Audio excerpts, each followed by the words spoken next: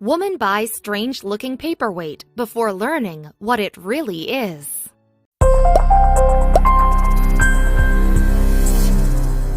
Jessica Roberts wasn't shopping for anything in particular when she and her young son browsed through the trinkets and toys at her local car boot sale, a sort of large outdoor flea market. But a simple heart-shaped paperweight did catch the duo's attention. Buying it was an easy choice, but finding out what to do with the thing after she learned what it really was? That was a much harder decision.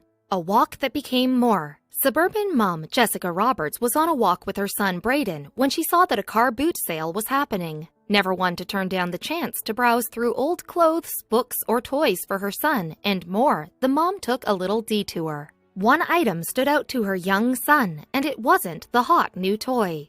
This and that. While your average kid might have been allured by the bright games and toys, Jessica's son looked right at a heart-shaped paperweight. Adorably, he thought it was the perfect gift for his mother, so he asked her to buy it. That way, he could later gift it to her. It's the thought that counts. Jessica obliged.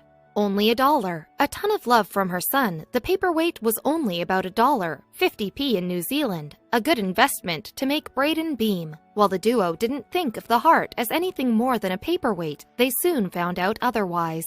Not a paperweight. Jessica took the token of her son's love and put it on her desk where it served as, well, a paperweight. For years, she thought nothing of it, appreciating the little flourish of family it brought to her desk. That all changed one day when she was browsing the internet. Years passed. Years later, after buying the paperweight, Jessica was browsing Amazon for fun, just looking at whatever knickknacks came up in her feed. In her mindless scrolling, she saw the paperweight listed for $30. However, the product description made her uneasy. She couldn't forget. She hadn't bought a paperweight. Jessica had bought an urn. Jessica peered at the stone heart from the corner of her eye. I thought to myself that there was no way that there were remains inside, she told Bored Panda. The thought of someone else's ashes sitting on her desk made her sick, so she concocted a plan. Social media. She did absolutely nothing at first. She tossed and turned all night, wondering if a stranger's loved one's eternal resting place was on top of some files. Sure, she'd seen screws on the bottom of the urn, but she thought it was for sand or some other weighing mechanism. Torn about what to do, she turned to social media. To open or not? Opening unmarked urns, Jessica knew, was how you get haunted. She joked she would probably just end up giving it a nickname and adopting it as part of the family. But still solicited suggestions from friends who agreed she should leave the urn unopened and place it outside somewhere. Rosemary Shield lawn ornament. For a quick survey of the weirdest suggestions Jessica got, one person said to sprinkle rosemary over it and open it outside. Another said to use it as a lawn ornament. There was a lot of differing advice, but Jessica finally made a decision. What to do? She opened it. There was no way she knew that she could ever make a decision about the heart-shaped urn if she didn't know what was inside. After all, if it was an empty container, she had no qualms using it as a paperweight, and fondly remembering it as Braden's gift. Open sesame. So slowly and carefully, she undid the screws, hoping that she would find nothing inside. Her wish didn't come true. When the heart popped open, she saw a tiny baggie inside, one filled with mysterious ashes. She choked a bit and then had a renewed sense of purpose. On the mantel. At first, she placed the urn on the mantel, feeling a living room ornament was more respectful to the possible dead than a desk paperweight. Still, the placement didn't feel right, so she turned to one last piece of advice she received from friends on social media. The real owner. After sorting through the not-so-useful comments, something stuck out. One of her commenters suggested that Jessica find its original owners. They said the original owner might not have known what was inside. It might offer the family some peace. Going viral. So Jessica decided to make a public Facebook post about the urn. She wanted to return the ashes to where they belonged, and getting her message to spread far and wide seemed like the best possible approach. Help from the press. Her Facebook message was shared far and wide, and at some point, the local newspaper caught wind of the situation. Journalists offered to help get Jessica's message out to the world, and the search got even bigger. With all engines firing, Jessica was sure the urn would find a home. First contact. The next day, Jessica got a call about someone looking for the urn. Jessica was relieved, but on the other hand, she wanted to hear the caller's story. Now she felt a bit protective of the urn. Giving away the ashes to a prankster was not an option. An ex's tale. Jessica met up with the man who claimed to be the urn's rightful owner. He said that it was part of a larger set that held the ashes of his father-in-law. So why, Jessica wanted to know, did she find the urn for $1 at a car boot sale? Petty and trifling, the man launched into his story. Years ago, before he ever even met his wife, she was dating another man. When it didn't work out, she called things off. But the spurned ex held a grudge. He didn't return any of her possessions and sold off the urn. Jessica was appalled. She insisted. That's why, just 2 weeks before Christmas 2020, Jessica insisted that she accompany the man to give his wife the urn. She never forgot the look on her face. These were her father's ashes. Missing for half a decade, it was cathartic. Goes to show, as the saying goes, one man's treasure can be another's ashes.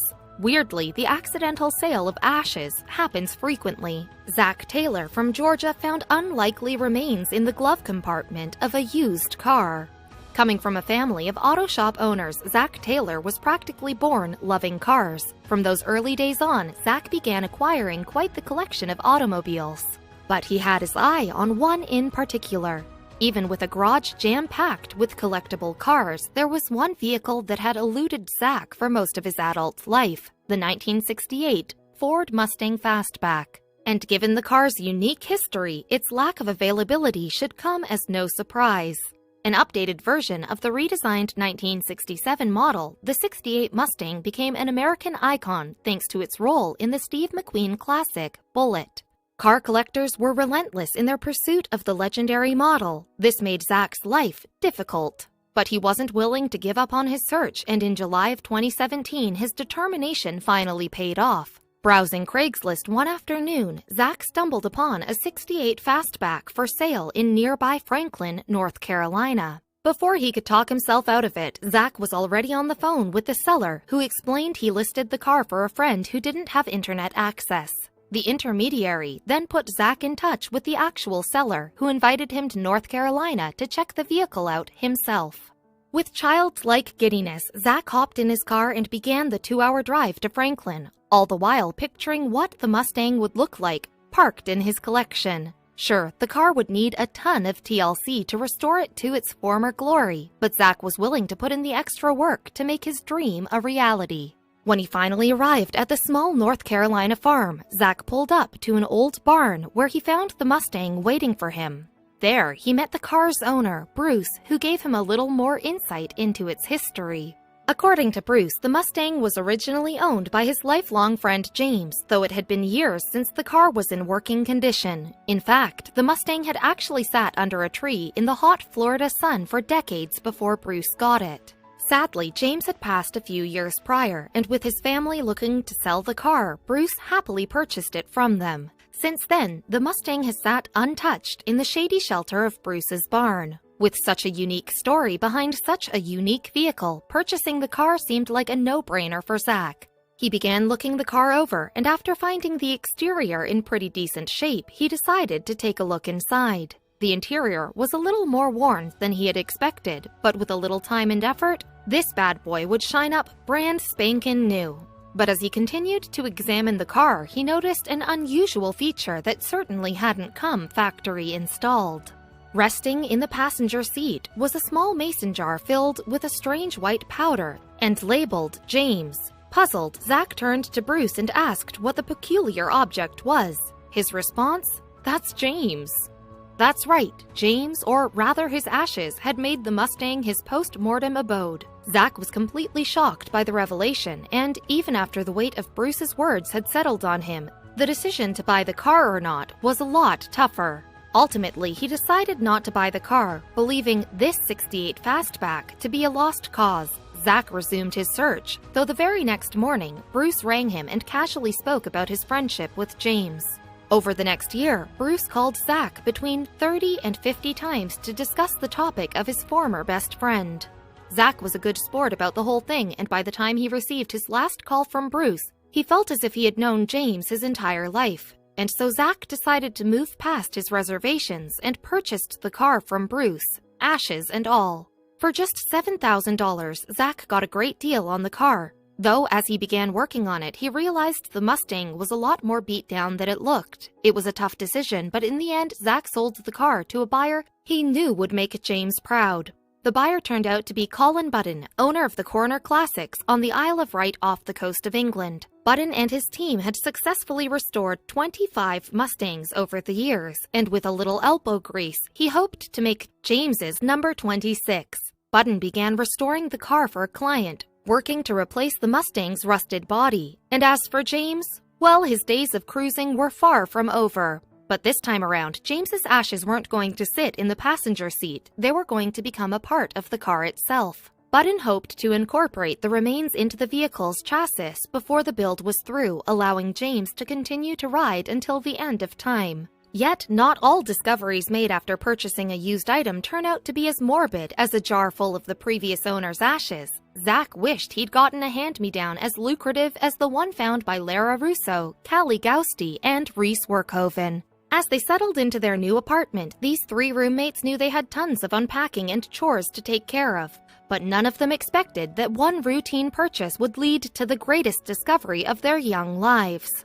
The trio resided in the charming, old-fashioned town of New Paltz, nestled in New York's Hudson Valley. Though the community made for a neat place to live, these friends weren't exactly surrounded by luxury. Lara, Callie, and Reese were all either enrolled in college or recently graduated. Most of their income went towards rent and ramen, so any leftover cash had to be invested wisely. One thing they all agreed on was that their apartment desperately needed furniture. The 20-somethings wandered into their local Salvation Army store and inspected their couch selection. They came across some really nice pieces that unfortunately wouldn't fit in their apartment. Only one would, and it was a doozy. So the roommates had no other choice but to lug it home, the oldest and ugliest couch that the store had to offer. Still, it was only $20, so they certainly found a bargain, even if it was unsightly. Lara, Reese, and Callie celebrated by sitting back on their new couch and watching some TV. But doubts crept through their minds, however. One part of the couch was so uncomfortable, it almost felt like there was something inside of it. Inspired by this half-serious thought, the roommates began to search through their sofa. Most of its sections simply proved to be lumpy and misshapen. But then Reese froze. He found a thick envelope in one of the pillows. Callie and Lara tore apart the rest of the couch in a frenzy. Within a few seconds, they located a second envelope, and then another, and soon more. There were envelopes hiding throughout the couch. Their new sofa lay in pieces, but that didn't seem to matter. The roommates now had a stack of mysterious packages begging to be opened. Each one of them peered inside one, but they had no idea how to react. Or, as Reese later put it, I almost peed. Were they seeing things? Each package contained rolls of bills inches thick. Practically every denomination was stuffed in there. From ones up to 100s, it would take the roommates a while to count it all up. It was a serious bundle. Lara, Callie, and Reese both laughed and cried while they counted the bills. Sure, they'd found loose change between couch cushions before. This type of discovery, on the other hand, defied explanation.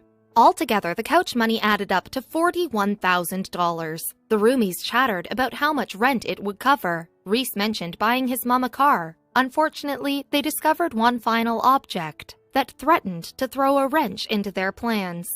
A separate envelope, torn and battered as it was, held a bank deposit slip. The paper contained all sorts of personal information, including a name, presumably the owner of all that cash. The trio had a true dilemma on their hands. Although the money would really help them out, the friends agreed that the right thing to do would be to return it. But first, they would have to see if they could track down the owner. Hoping they weren't throwing away the windfall of a lifetime, the roommates shared the bank information with the Salvation Army. Against all odds, the charity managed to track down the original owners. There was no backing out now. The next day, the new Peltzers drove out to the provided addresses. When they finally arrived, nobody liked what they saw. The house was totally run down, multiple beware dog signs hung over the fence. Who, the kids wondered, were they about to get involved with? Much to their relief, an old woman opened the door and welcomed them inside. She spent most of her days alone as her husband passed away and she retired from her florist shop. She claimed the money was hers, but she'd completely forgot it was in the couch. Seeing her young visitor scratch their head, she explained that she grew up in a time when people couldn't trust banks. Instead of putting their life savings in an account, she and her husband stuffed their nest egg into the furniture until their kids donated it. In that moment, the roommates understood the pile of cash wasn't theirs to take. They returned the money to the elderly woman, who thanked them profusely. She felt so grateful, in fact, that she sprung a surprise on them. She allowed the roommates to keep $1,000 as a finder fee. Though it paled in comparison to the total fortune, a cool grand wasn't a bad return on a $20 purchase. Naturally, they got to keep the sofa as well. But were they upset? Lara, Callie, and Reese insist their true reward was returning the retirement savings to the rightful owner. Most others would have spent all the cash or failed to find it at all. But these pals could rest easy, literally and figuratively, knowing they did the right thing.